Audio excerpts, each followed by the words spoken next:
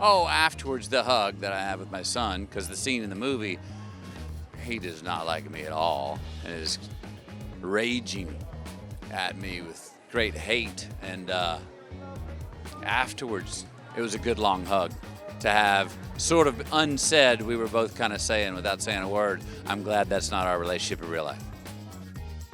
Yeah, well, it's about, fathers and sons, and don't be late as a dad. Don't be late as a parent for your kids, The whole film has a lot to do with don't be late. And do you get second chances? And if you do, don't punt them down the road so far, because that window may close and you may not have it. So that's the nightmare, the situation that I'm put in. And a lot of people in this movie are put in that situation where it's too late. Or is it? Yeah, find out.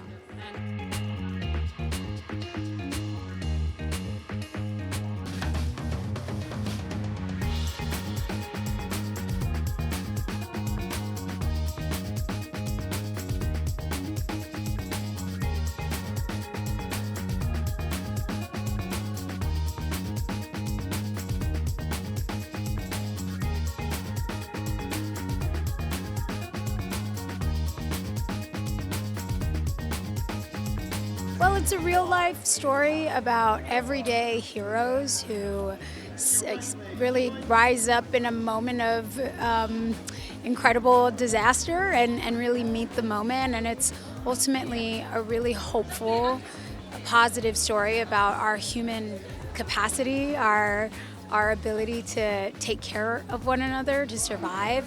And, hopefully it honors the people who lived through the Paradise Fire in 2018.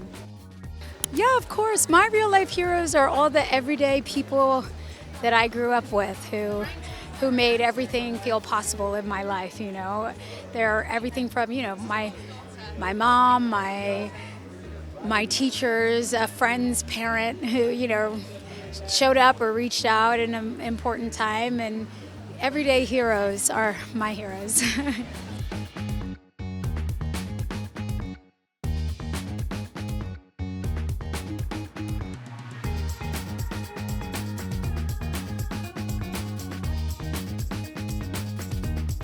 When you look back, you've spent so much time agonising about films that you end up not making. And most of the ones you make are like instant. This one was like that.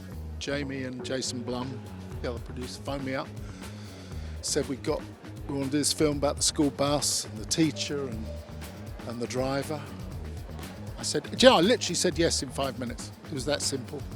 And it was actually very blessed, largely because we had those wonderful actors, Matthew in America, and it just really worked out well. Apple obviously were fantastic.